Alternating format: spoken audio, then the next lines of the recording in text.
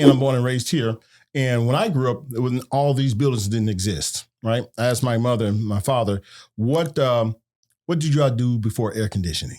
Yeah. Right? And they laughed. But my mother, being my mother, she looked me sternly in the eyes and said, the breeze came off the ocean.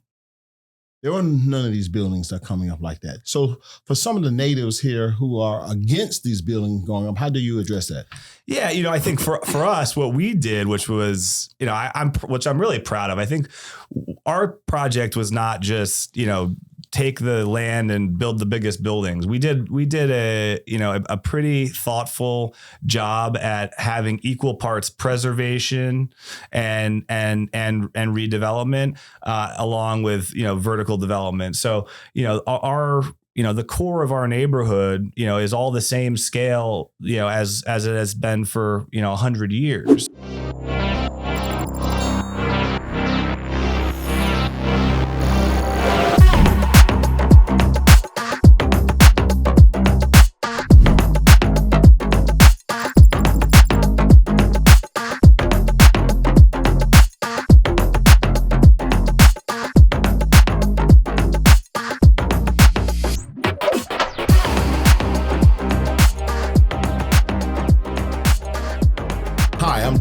Lockhart, and welcome to Leadership Unlocked.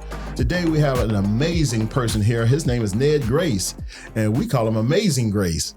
He's over the Nora District, which stands for the North Railroad. And we're here to talk about a few things, his leadership abilities, where he came from, and how you can become an impact on what he's doing to the community itself. Hey, Ned, welcome. Hey, thanks so much for having me.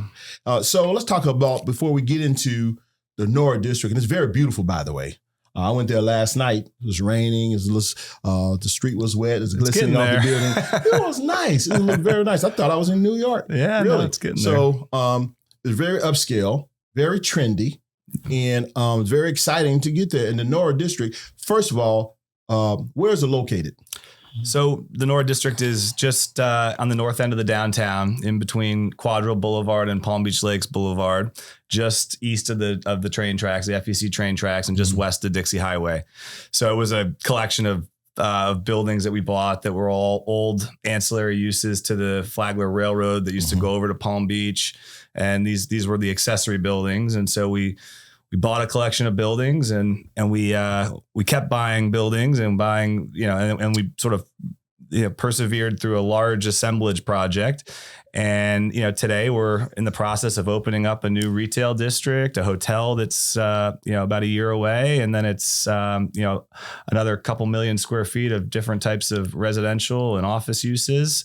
So we're pretty excited about the future of it. And, we think it'll be a great part of the city for everyone to enjoy. All right. So Ned Grace pops in on us in Palm Beach County. Tell us a little bit about yourself. Where did you go to high school? So I went to high school in Orlando, Florida. My family moved. My dad was a restaurateur, actually. So he started a restaurant business in Rhode Island. We moved to Orlando when I was a kid. And so I went to high school in Orlando. I went to college at Vanderbilt. And then I did what I thought you were supposed to do and went to New York and worked in finance, which it turns out I wasn't so great at. And then, I realized that there was an opportunity back in Florida. So I came back to Florida, didn't know what that opportunity was, but so sort of through a twisty road, we ended up in development. And I've had the pleasure of working on the Nora project for the last almost 7 years. All right. So you go to Vanderbilt. You choose Vanderbilt. Did you have any other choices? Yeah, I was in between a few different schools. I was in between Boston College, Dartmouth, and Vanderbilt were the last three, I think, and University of Florida. I ended up choosing Vanderbilt because of the weather and the girls, probably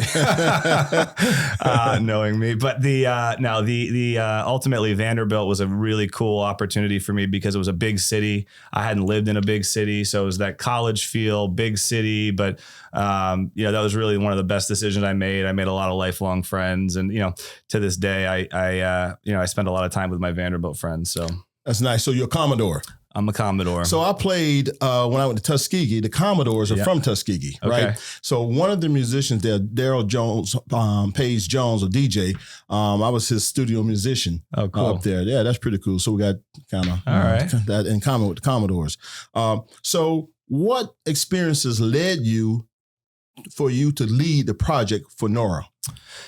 You know, I think Nora was sort of the culmination of a bunch of the things that we had been, you know, a bunch of the things that I cared about. You know, I think we grew up in hospitality with our dad being in the restaurant business. Oh, okay. So, you know, I think hospitality was sort of at the forefront of what led us to Nora. And actually the start of Nora, we thought we were going to buy a couple warehouses and build a couple of our own restaurants. So that's how it started. The vision for it was sort of organic. We had opened up a couple of restaurants in Palm Beach County, and Nora was supposed to be a continuation of that. But as we got into it, we realized that this could really be a big opportunity for the city to have a new full scale neighborhood. And so we had been doing real estate development work primarily, but also had been doing some stuff in the restaurant business. We had just finished up a hotel in Palm Beach that we had been working on for a long time, and so Nora kind of had a little bit of everything that we had, a little bit of everything we had done, and really ultimately was just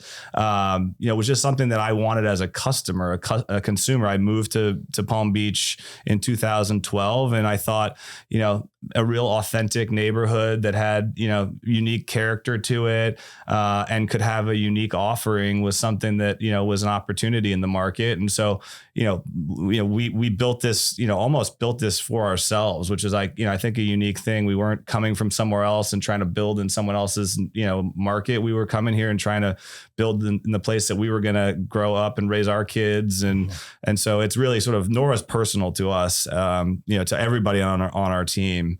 So, you know, that's the coolest thing about it, is that it's in your hometown, you know, now. And so, you know, West Palm's definitely my hometown, and, and having something that, you know, hopefully we're proud of, you know, for the next, you know, 100 years or my kids are proud of, or their kids are proud of, is something that, is probably the most important thing about the whole project. Now, you keep saying we.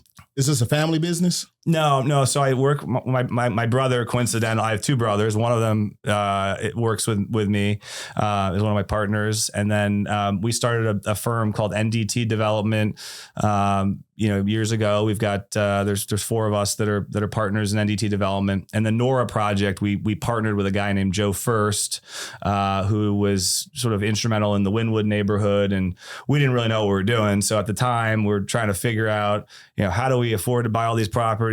How do we do the zoning? How do we, you know, sort of all the different things that, you know, we didn't know what the best planning procedures were. And so we met Joe early on, and Joe has been an instrumental part of sort of guiding us through his experiences in Wynwood as we sort of work through the all the different stages of Nora, which, you know, it goes, you got to first buy all the property, then you got to zone the property, then you got to lease the property, then you got to build it, and, you know, and then you got to operate it, which we're learning now. Yeah. You know, it's like, it's you know, something new every day. And that's what keeps it fun. It's, you know, it's not, you know, you don't show up and do the same job every day. It's, you show up and do a different job. And, you know, that's why I love it. Well, you know, I say we because I think it's important as a leader, and I've been in leadership all of my life, that when you can include the team, it's a big deal. Yeah. You know, it's huge versus I hear people talk about and I did this, I did that. I kind of drop my head because they're not understanding the concept of the team. You know, there's no I in team. I know Michael Jordan said there's I in win. Yeah. But, you know, you're talking about the team aspect. So I appreciate that, what you're doing. Yeah, I think I've grown up a lot, because I think when you're doing a project like this, you know, it might have started out with a little bit of an ego, but when you get into it, there's no ego. Like this is like, I couldn't do it without our whole team. I've only got one fraction of the skill set that, that you need to do something like this. So it's been a team effort. We've got an awesome team. We all love each other. It's like a family now, and it keeps growing, and, you know, we have different needs and different role players that are coming into our team all the time. And I think now our goal is to elevate our team to be as good as it can be. So yeah, we're not, I think the ego went out the door like quickly. We got, we all kind of got humbled early on, when you start to deal with real problems and, how you solve these problems. You can't have a leader that is focused on themselves, or you're just gonna end up in a bad spot. Right. So leadership wise, there comes a point where the leadership gets tested. Your leadership gets tested. But before you answer that, the big test that was the turning point that you say, look, I came through. What is your leadership style? I think my leadership style is fairly laid back. I tend to be a pretty optimistic, trusting person. So it's, for me, I'm not sitting there watching when people are working, watching how they're working. I'm just sort of looking at it and saying, are they doing their work? Are they doing the best they can? I'm trying to sort of fill different gaps. And I've sort of been a little bit of, I think I was in the case of Nora, I think I was really instrumental early on in a lot of the visioning and a lot of the acquisitions and whatnot. And my role has changed over time. Now I do all different things than what I thought I would be doing. If you asked me 7 years ago what I would be doing now in the Nora project, I wouldn't have told you I'd be doing what I'm doing. I would have thought that I would have some other role. But I think when one of the things about leadership for me is letting go of control and trusting people. And so you just, when you got so much stuff going on, you just have to do that. And so, learning to trust people and then making decisions that are tough decisions when someone, someone does something that isn't trustworthy, and how do you let that person go and pick up the team. And so, but yeah, it's all about, you gotta trust your team. Yeah. So tell me a time when you were tested and you came through. Yeah, I think that there were a lot of different times in this project, in the Nora project, that it sort of happened on a daily basis. I had no clue what I was getting into from a entitlement perspective. So all the zoning and all the politics. I knew nothing about politics. I had never been to a city meeting. I had done it on a small scale, but you start to really understand that there's a lot of different perspectives that you have to manage, and so you think you're doing something that's great for everybody. But a lot of people don't agree. A lot of people don't want change. A lot of people have a different view of what the change should look like. So that to me was the toughest portion of this was really sort of taking the blows and listening to people and understanding how to sort of to weave and wind, all these different perspectives into what you're creating. People look at the Nora project and they look at it more than just a development. Right, it's a cultural movement. What helped you guide it toward that end? That look, the landscape, how it looks. Yeah, I think there's a couple of things. There's a lot of luck involved in Nora because the market, the market really was, this city was sort of put on the map right when Nora was really getting going. So this city had, this has always been an awesome city, but it was made up of a couple little neighborhoods. Really, it was not, you didn't have all these, you had little bits and pockets of neighborhoods. But I had come from Nashville, which I saw this tremendous amount of growth in Nashville, during my time at Vanderbilt and then after. And then I saw West Palm had this, sort of like, whoa, this could be another Nashville. And so, over that time period, I got excited about the fact that, not only is this something that we're building that we think is cool and relevant and doesn't exist, but this is the beginning of of a movement in the city. Like, this city is about to be a city made up of great neighborhoods. And we're going to be one of those neighborhoods, one of the first or second or third or fifth part, bigger parts of the whole story. But I think, I've always said that a great city is made up of great neighborhoods. And, I think for us, this was this is sort of our impact is, and our approach to making this a great neighborhood that helps, the city sell itself. So again, I'm born and raised here. And when I grew up, when all these buildings didn't exist, right? I asked my mother and my father, what did y'all do before air conditioning? Yeah. Right? And they laugh, but my mother, being my mother, she looked me sternly in the eyes and said, the breeze came off the ocean. There were none of these buildings that are coming up like that. So for some of the natives here who are against these buildings going up, how do you address that?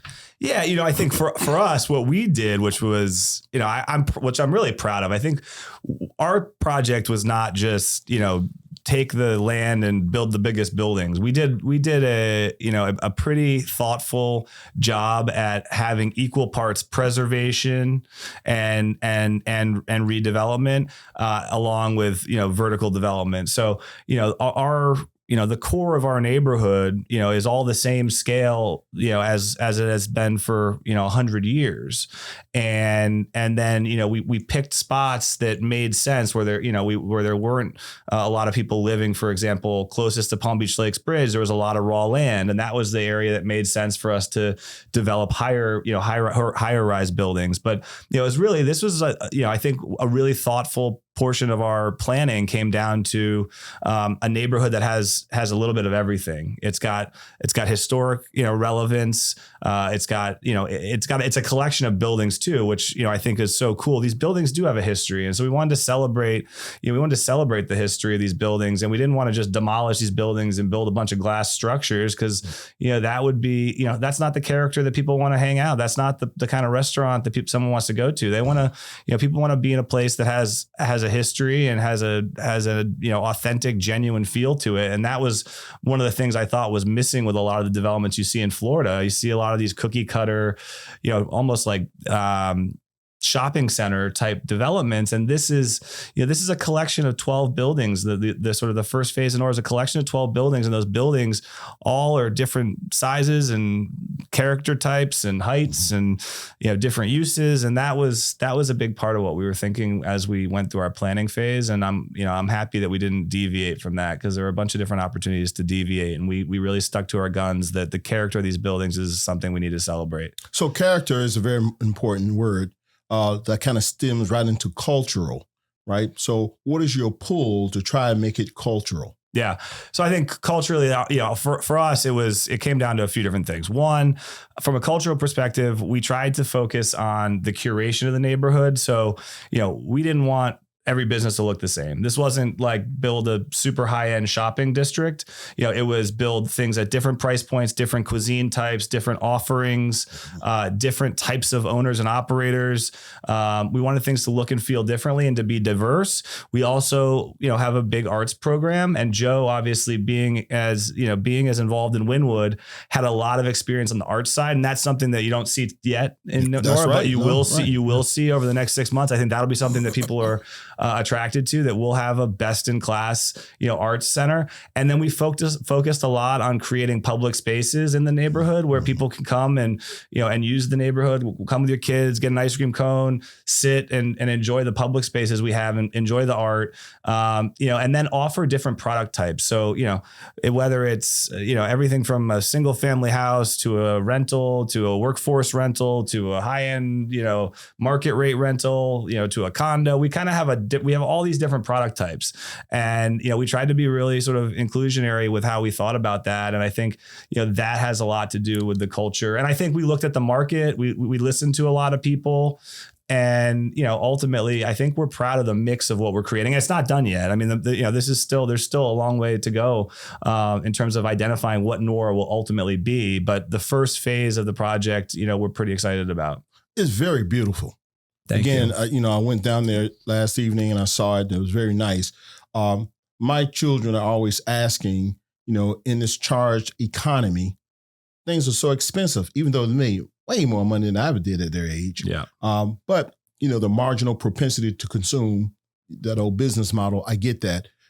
But you say that it's for everyone who can afford. It depends on what you want there. Yeah. No one needs to be shut out. Talk a little bit more about the economics for a 22-year-old coming out of Vanderbilt. Yeah. Maybe not Vanderbilt. Well, hopefully Vanderbilt's in West Palm Beach, which should be great. But a school, they're coming out in, because like I said, I was in education. Yeah. And my young teachers, when they came to me when I was a high school principal, they couldn't afford to stay at, they had their room together. Yeah. So Nora Place, will they be inviting for them? Yeah. So one of the things I think that, and this is another thing that hasn't played out yet that we're just starting, is we're going to program the heck out of this neighborhood. And that program. Explain that program. So, so for example, like, on a Saturday, we're going to have a cultural event that's going to attract all different types of people, all types of businesses. They don't have to be just tenants of our, of the district. We want to create cultural gatherings that have, unique groups of people, and we want them to experience Nora. And I think when you do a project like Nora and you get on a national stage, you start to have brands that are attracted to this and brands that are offering different things, and they want people to experience their brand. And so these sponsorships come in and they get involved, and everything doesn't have to cost something. Experiences. That's big, man. Yeah.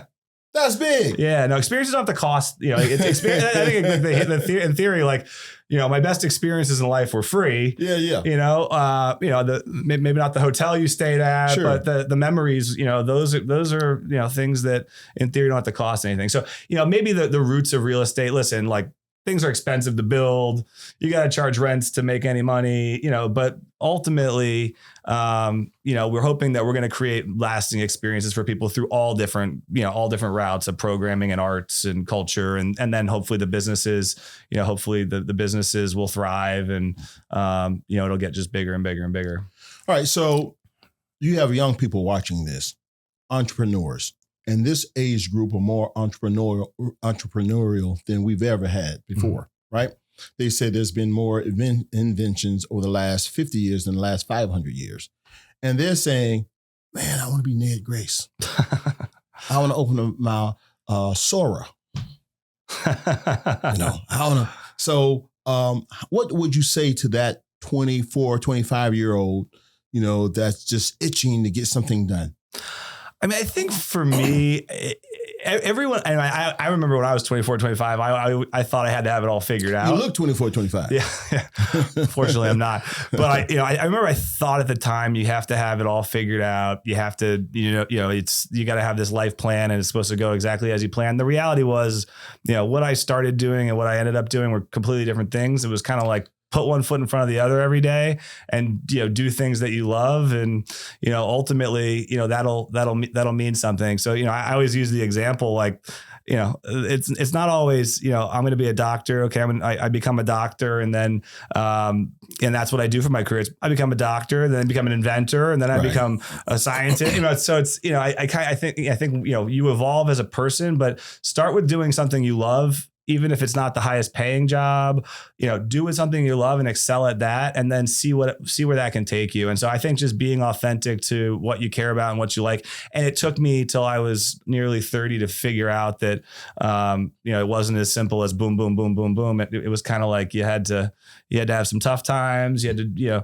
feel like you were underpaid, feel like, the world was against you to get to where you ultimately wanted to be. So just, stay true to yourself is kind of what I would say. So, those are powerful words. Do something that you love. Yeah. Because the passion then will come from the rest to take care of itself. And if they pay you for it, well, yeah. That's a win-win situation. Yeah. And it sounds like you and your brothers and your team have fun when you work. Yeah, no doubt. And listen, I think people look at Nora, it's not like we're, the fruits of our labor are yet to come, and sure. So, it can look, don't always, the other big piece of advice is don't always look at everybody else and assume something. Like, don't assume that, that guy over there has it all figured out. Cause I can promise you, he probably doesn't. And, he probably hasn't made all the money you think. And he probably, so I always say, like, don't be looking at other people's, don't be looking at what everybody else is doing and thinking that they have it so great. I think there's a lot more to it when you get down to brass tacks on everything. And, these things take time to build. Well, I'll tell you what, I think the words that you're saying are genuine. They're really saying a lot for the young people or the young entrepreneur that's coming on. Love what you do. Don't worry about other people. The grass is not always green on the other side. I'm reminded of the Dodge boys when they ran into Ford. Yeah. Henry Ford. And they said, well, we want to make a bigger, faster car, And Ford says, no, wait a minute. I make all the cars, and that particular story. So, and you got to have passion for what you're doing. Yeah. You got to have a good team. You got to have fun at what you're doing. Yeah. I think all of those are intangibles that really create a tangible. Mm-hmm. And that sounds very good. The last question I have for you is 10 years from now, will West Palm Beach look like New York? That's a good question. How I would answer that is it'll look like West Palm. That's ultimately, I think that's what, we talk about leadership. Like, we want West Palm to be West Palm. And in order for West Palm to be West Palm, we got to have great leadership. You got to have a great mayor and county commission and people that care about, making West Palm Beach great. And I think, we've had that, and, hopefully we continue to have that. And, I think West Palm doesn't need to be compared to anywhere else. It can be its own thing. It's going to be fun to watch. Obviously there's economic development pressures that come into a place that gets, put on the map the way that West Palm has. But ultimately, I think West Palm has, could be one of the most powerful, sort of entrepreneurial thought leadership could come out of West Palm. And I don't think, I think at different points in time, West Palm looked like it was going to be a financial services hub, or, it's now going to have Vanderbilt, it's going to have a grad school, or all these things. That's all of these things are great. But the reality is, in 10 years time, this could be a tech hub. It could be a lot of different things. And I think, letting it play out and watching it play out and doing it in a smart, thoughtful way with great leadership is going to be crucial. So I think, pay attention to who's running the city and, who's in charge, because that's going to be a big deal. You seemed a little painful when you start talking about, I got to deal with politics, So I mean, that's why I had Joe. I didn't have to deal with it at all. I just sat in the front row and got nervous. No, but to be honest, my partner Joe, he's the political mind. Mm-hmm. He's better looking than me. He speaks more eloquently than me, but he's also got experience listening to people and different types of people. And I think I've learned a lot from him. And, now I think politics, it's all about partnership. And, that's how we've approached Nora, is that the city is our partner.